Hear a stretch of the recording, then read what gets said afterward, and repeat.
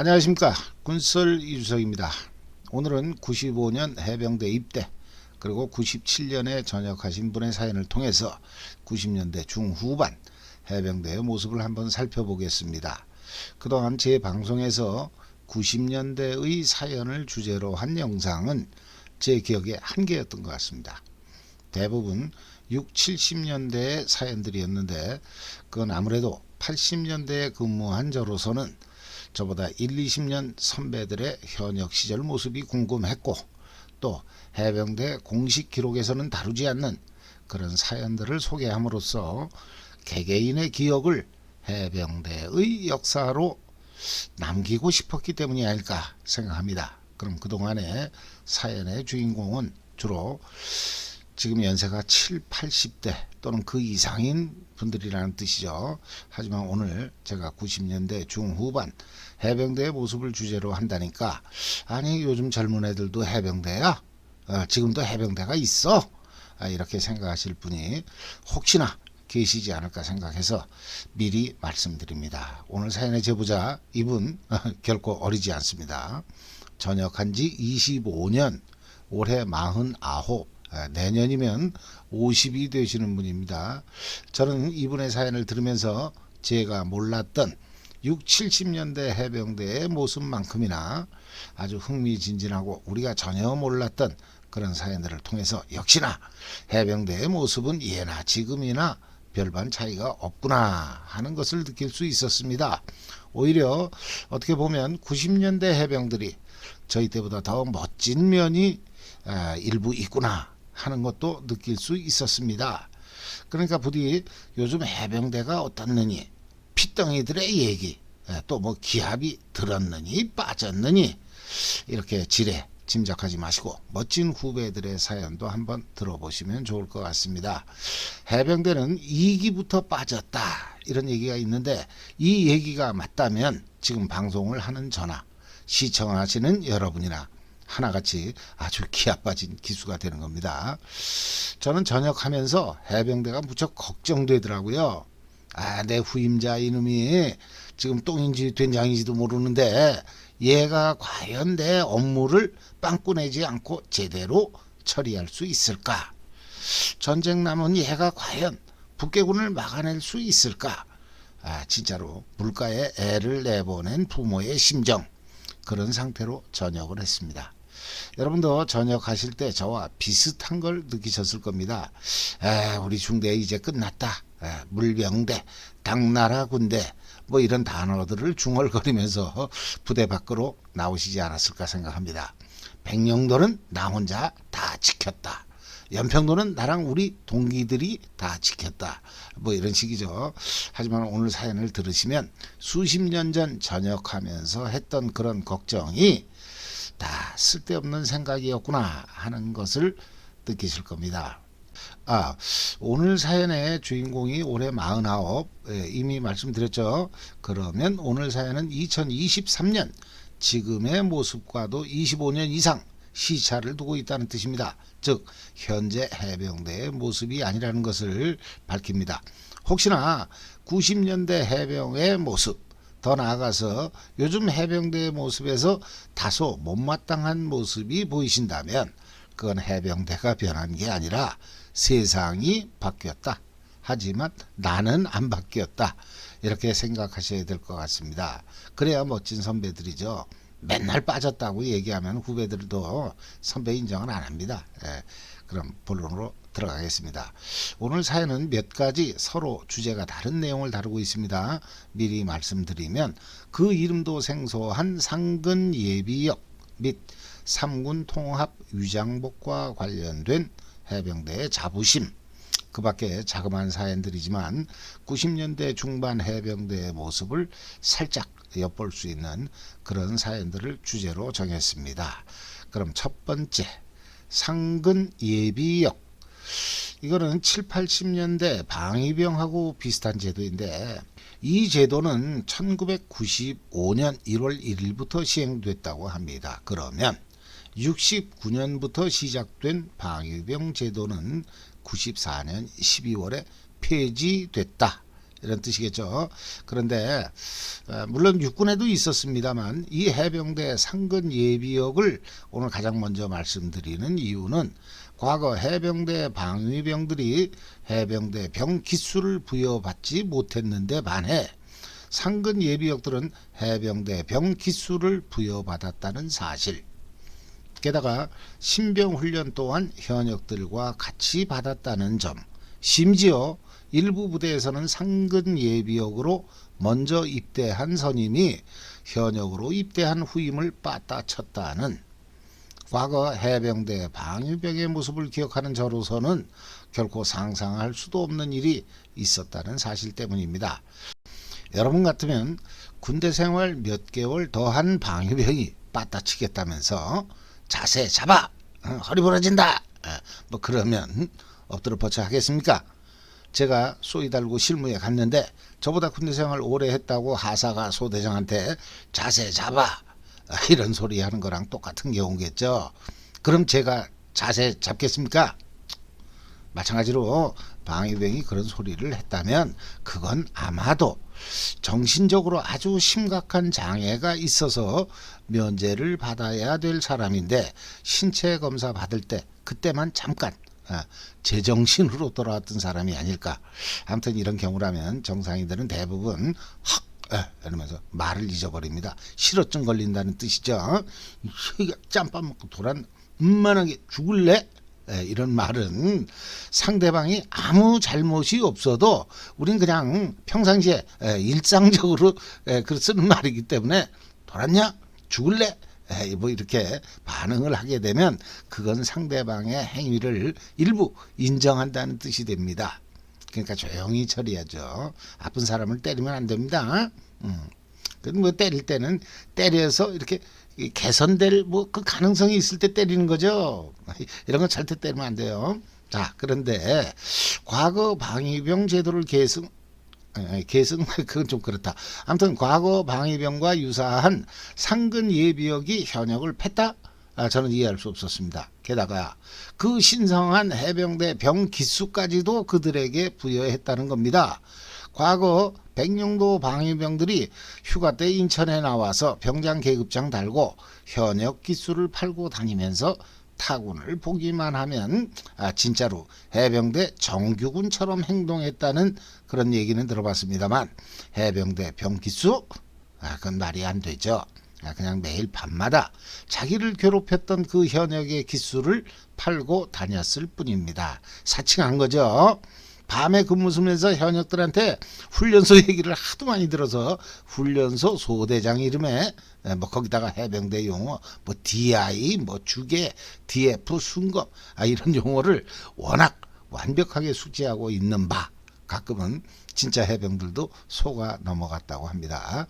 자, 그러면 이 상근 예비역이라는 게 도대체 뭐냐? 일단 간단히 설명드리겠습니다. 이 상근 예비역은 지금은 우리 주변에서는 읍면동 예비군 부대, 뭐 예전엔 예비군 중대라고 그랬죠. 이런 데서 예전 방위병처럼 출퇴근하는 병사들을 흔히 볼 수 있습니다. 병장들도 많더라고요. 복장만 봐서는 예전의 방위병들과 전혀 구분할 수가 없습니다. 그런데 95년 이 제도를 시행한 초창기에 상근 예비역들은 1년간 현역들과 마찬가지로 출퇴근 없이 영내 생활을 했고 나머지 기간은 집에서 출퇴근하는 방식으로 군복무를 했다고 합니다. 하지만 그동안 많은 변화가 있어서 지금은 일정 기간 현역들과 같이 내무 생활을 하는 건 없어진 것 같습니다. 자, 그러면 오늘 사연의 제보자 병 760자 정확한 기수와 성함은 밝히지 않겠습니다. 이분 동기생들이 단톡방에서 얼마 전까지 논란이 돼서 상근 예비역 동기들을 동기로 인정해야 되냐 말아야 되냐 찬반 투표까지 실시했다는데 상근 예비역들은 도대체 어떻게 해서 병기수를 부여받았으며 또 왜 그 동기회에서는 이런 찬반 투표를 해야 했을까 한번 알아보겠습니다. 상근 예비역들은 현역들과 똑같이 포항훈련소로 입대를 했다고 합니다. 그럼 현역 신병들과 똑같이 6주 훈련을 받았다는 뜻입니다. 그런데 사실 현역들은 7대 1이 넘는 아주 높은 경쟁률을 뚫고 해병대에 합격한 사람들. 하지만 상근 예비역은 그런 사람들이 아니겠죠. 어쨌든 당시 상근 예비역들은 포항 지역에 거주하는 사람들이었다고 합니다. 이렇게 400여 명이 입대를 했는데 이 중에서 150명 정도가 상근 예비역이었다고 합니다. 그럼 현역은 250명, 250명 대 150명, 상근 예비역의 비율이 상당히 높았던 걸 알 수 있습니다. 자, 그럼 이번에는 90년대 중반 이후에 군 복무를 해야 하는 대한민국 젊은이들의 해병대에 대한 인식을 잠깐 알아보겠습니다. 제 느낌에 해병대에 대한 일반인들의 인식이 90년대에는 분명히 그 전보다 많이 좋아진 것 같습니다. 지원 경쟁률이 일단 어마어마하게 올라갔고, 과거 부족한 지원자들을 채우기 위해서 징집병으로 대신해야 했던 경우가 7, 80년대에 비해서 아주 현저하게 떨어졌다는 사실 때문입니다. 이렇게 90년대 중반부터 이어진 대한민국 젊은이들의 해병대 지원 행렬은 2010년 연평도 포격전 직후 최고조에 달했으며, 그 몇 달 후인 2011년 3월 영화배우 현빈이 해병대 병 1137기로 입대함으로써 절정에 이르게 됩니다. 정확히 언제부터인지는 모르겠지만 90년대 이후 사회에는 해부심 또는 해병부심이라는 말이 생겨나기 시작했다고 합니다. 여기서 해부심은 해병대와 자부심을 결합한 말인데, 높은 경쟁률 때문에 해병대에 입대하기가 아주 힘들었고, 따라서 해병대원들은 휴가를 나와서도 자부심 가득한 행동들을 보였다고 합니다. 가수 이정이라는 가수가 첫 휴가 나와서 전철역에서 마중 나온 어머니를 앞에 두고 노래를 불렀던, 그래서 그 이후로 수많은 해병들이 이를 따라했던 이런 행동들이 해부심 또는 해병부심의 극치가 아니었던가 생각합니다. 그러니까 이를 싫어하고 비꼬는 그런 분들도 많이 생겨났겠죠. 물론 90년대 이전이라고 해서 해병대원들이 자부심이 없었다, 이런 뜻은 절대 아닙니다. 이런 소리 하면 저 오늘 바로 유튜브 문 닫아야죠. 제가 말씀드리는 거는 과거에 비해 해병대의 자부심이 다른 모습으로 표출되기 시작했다. 위장복 입고 때리고 부시고 마시는 그런 건 없어졌다는 뜻입니다. 심지어 요즘은 휴가 기간 중에 군복을 입은 상태로는 술집에 못 들어간다고 합니다. 단 부모님과 같이 가는 건 예외. 그래서 휴가 나온 해병들은 모두가 사복을 입고 다니는데, 그래도 우린 상륙 돌격형 머리 그거 하나로서 딱 보면 알죠. 저희 때는 어떻게 하면 머리를 좀 더 기를까, 긴 머리가 고참의 상징이었는데 요즘은 더욱 짧게 살벌할 정도로 미는 게 오히려 먹어주는 것 같습니다. 해부심이 머리로 올라오면 상륙 돌격형 머리가 된다는 뜻입니다. 세상이 바뀌었다는 얘기죠. 벌써 여러 번째 말씀드립니다. 그럼 다시 본론으로 돌아가서, 이렇게 해병대에 대한 자부심이 높던 시절, 상근 예비역이라는 과거에 방위병과 같은 사람들과 동기가 된 해병대원들, 물론 군번 체계만큼은 현역들과 달랐다고 합니다. 예를 들어 현역이 95 테크 7200 이렇게 나가는데 반해 상근 예비역은 95 테크 7500, 7200이냐 7500 뭐 이런 식이었다고 합니다. 여기서 나오는 95는 95년에 입대했다는 뜻입니다. 그래서 군번이 95 테크 7200 하는 식으로 연도 다음에 테크가 들어가는 군번을 요즘 젊은 사람들은 테크 군번, 뭐 또 이런 세대를 테크 군번 세대 이렇게 얘기한다고 합니다. 하지만 어쨌든 훈련은 6주 동안 똑같이 받았습니다. 그리고 1년간은 출퇴근 없이 내무생활. 그러면 1년 동안은 현역들과 아무런 차이가 없는 거죠. 특이한 건 해병대의 상근 예비역은 무조건 소총수, 이미 그때만 해도 복무기간이 26개월로 단축이 돼서 특과병 교육을 들어가면 그만큼 실무기간이 짧아지는 셈. 가장 길게 또 빡세게 군대 생활을 시키는 건 역시 보병 소총수밖에 없었던 것 같습니다. 그러다 보니까 공정대대에 배치받은 상근 예비역은 공수훈련을 받고 실제로 낙하산까지 타야 했다는 겁니다. 또한 유격대대에 떨어진 사람들은 천리행군까지 했다고 합니다. 예전 기준으로 보면 방위병이 낙하산을 타고 방위병이 천리행군을 했다는 뜻이죠. 근데 같은 보병임에도 불구하고 IBS 기습대대에는 상근 예비역이 없었다고 합니다. 훈련만 시키다가 소집 해제시키는 건 아까 같던 모양입니다. 결국 주로 공정대대, 유격대대에서 기본 훈련은 다 받고 평소에는 해안방어 근무를 위주로 했던 것 같습니다. 이쯤 되면 저 같으면 동기생으로 인정을 해줘야 할 것 같은데 해병대의 자부심, 즉 해부심이 최고조에 달했던 시절에 입대한 해병들은 상근 예비역들의 부대 내 근무 기간이 짧다는 이유만으로 그들을 동기로 인정하는 걸 꺼리는 것 같았습니다.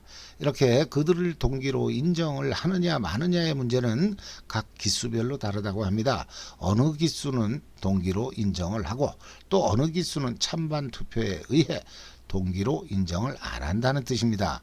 아무튼 이렇게 해부심이 강한 90년대 해병들은 이때가 그 뭐 해병 캠프 뭐 극기 무슨 훈련 이런 게 제일 많을 때 아니겠어요?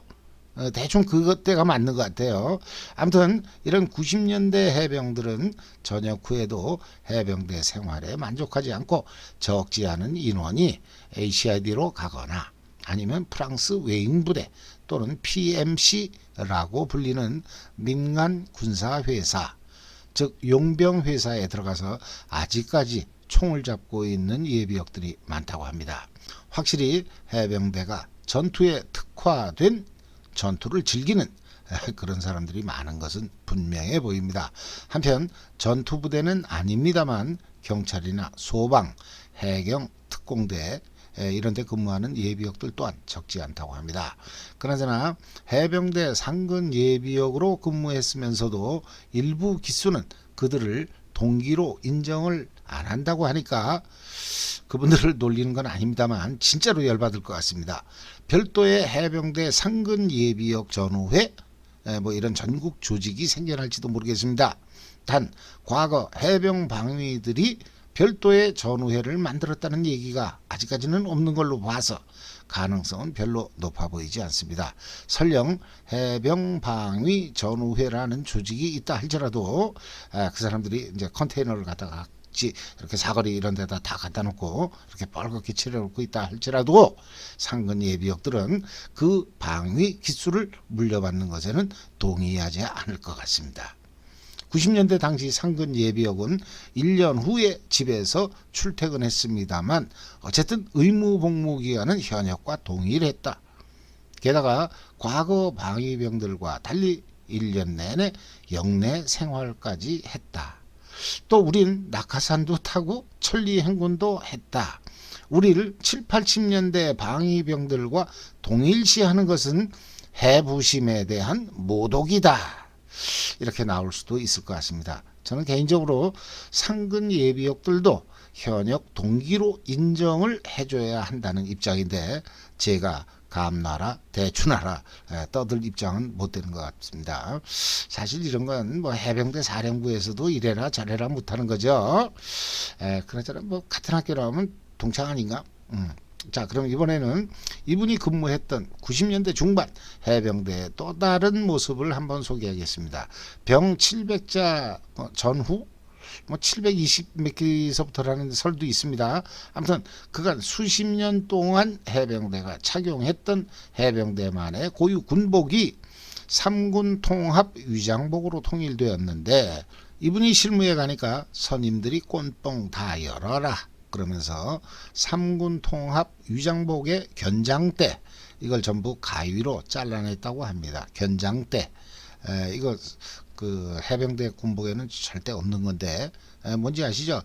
육군은 과거 민무늬 작업복 시절에도 이런 양쪽 어깨 여기다가 분대장이나 소대장 같은 지휘자 또는 중대장, 대대장 및 그 이상의 지휘관 이분들이 녹색 견장을 그 견장대에 끼고 다녔죠.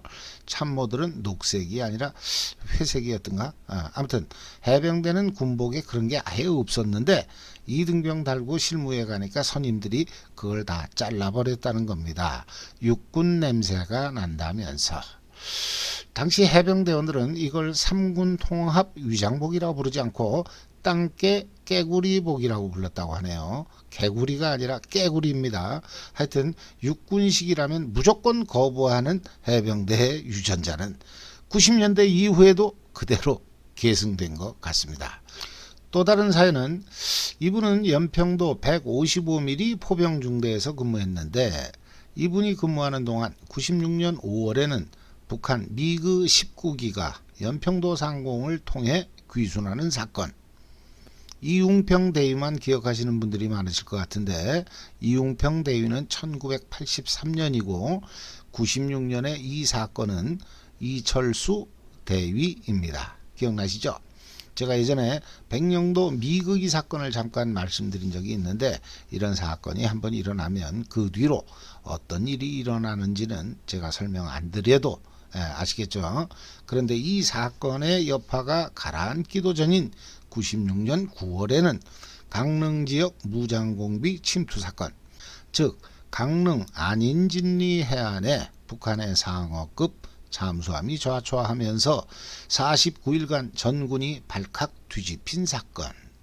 그러면 연평도에서는 최소한 몇 달 동안은 대프콘 상황에서 워카 신고 잤다는 얘기가 되겠죠. 하지만 이 밖에도 연평도 근해에서는 하루가 멀다 하고 북한 경비정들과 아군 함정들 간의 작은 충돌이 수시로 일어났다고 합니다. 즉 연평도 근해에서는 많게는 하루에도 10번씩 NLL 이남으로 내려오는 북한 경비정들을 밀어내기 위한 우리 해군들의 작전이 펼쳐졌고 이때마다 연평도의 포병들은 최악의 상황에 대비해야 했다고 합니다. 제가 보기에는 연평도의 해병대 역사상 2010년 연평도 포격전 다음으로 가장 심각했던 시기가 아닌가 생각합니다.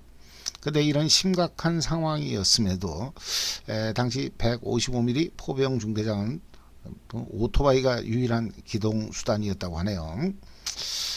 참 어쩌면 그렇게도 7, 80년대랑 하나도 바뀐 게 없는지 해병대의 전통은 이럴 때 좀 짜증납니다. 아무 때나 전통을 유지하면 안 되는 건데 그 집차 한 대 값이 얼마나 된다고 그렇게 궁상을 떨었는지 모르겠습니다. 하지만 이런 열악한 상황에서도 해병대 연평부대 155mm 즉 포 7중대는 당시에는 K9 자주포가 아니라 KH-179 견인포였다고 합니다. 아무튼 북한 본토 해주까지 직접 때릴 수 있는 유일한 곡사포였다고 합니다. 포 6중대의 105mm는 사거리가 옹진반도를 때리기에는 턱없이 짧았으므로 이건 아무래도 해상 표적을 위주로 했던 게 아닐까 생각합니다. 155mm가 고지 후사면에 완전히 짱박혀 있는데 반해 105mm가 북쪽을 훤히 내려다볼 수 있는 그런 정상부에 위치해 있다는 얘기가 이걸 증명하는 것 같습니다. 아무튼 하루가 멀다 하고 해상에서의 충돌이 이어지던 90년대 중반 연평도 155mm는 해상 작전 중인 아군 함정들을 위해 조명 지원 등을 하면서 매일같이 전투 배치가 반복되었다고 합니다. 그러다가 오늘 사연의 제보자 이분이 전역하고 나서 결국 99년에는 제1연평해전이 발발했고 또 2002년에는 제2연평해전이 발발했습니다. 아울러 2010년에는 연평도 포격전이 발발합니다. 이 일련의 사건은 NLL을 무력화시키고 대한민국 정부를 길들이기 위한 시도였다는 것이 정설인 것 같은데 그렇다면 이 모든 것은 90년대 중반부터 본격적으로 진행되었고 이때 700자 해병들의 고생과 노력은 훗날 전세계 포병 역사상 전례가 없는 연평도 K9의 대응 사격으로 나타나게 됩니다.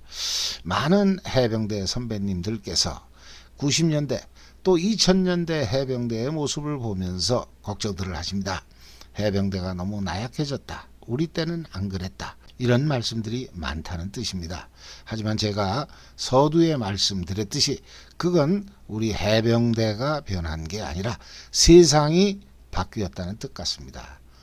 반찬 없는 꽁보리밥도 감지덕지했던 시절, 물 빠진 군복에 통일화 신고 한 달 전에 보낸 군사우편을 읽으며 울었던 시절, 하지만 이제는 피자에 치킨, 고텍스 군복에 핸드폰으로 가족들과 영상통화를 하는 세상이 되었습니다. 세상은 바뀌었고 후배들 역시 바뀌었습니다. 오직 나만이 바뀌지 않고 후배들의 나약함만을 걱정하는 것은 처음에 말씀드린 백령도는 내가 혼자 다 지켰다. 내가 제대하면 해병대는 어떡하냐. 물병대, 당나라 군대를 걱정하던 40-50년 전 그때와 하나도 변하지 않았다는 뜻 같습니다.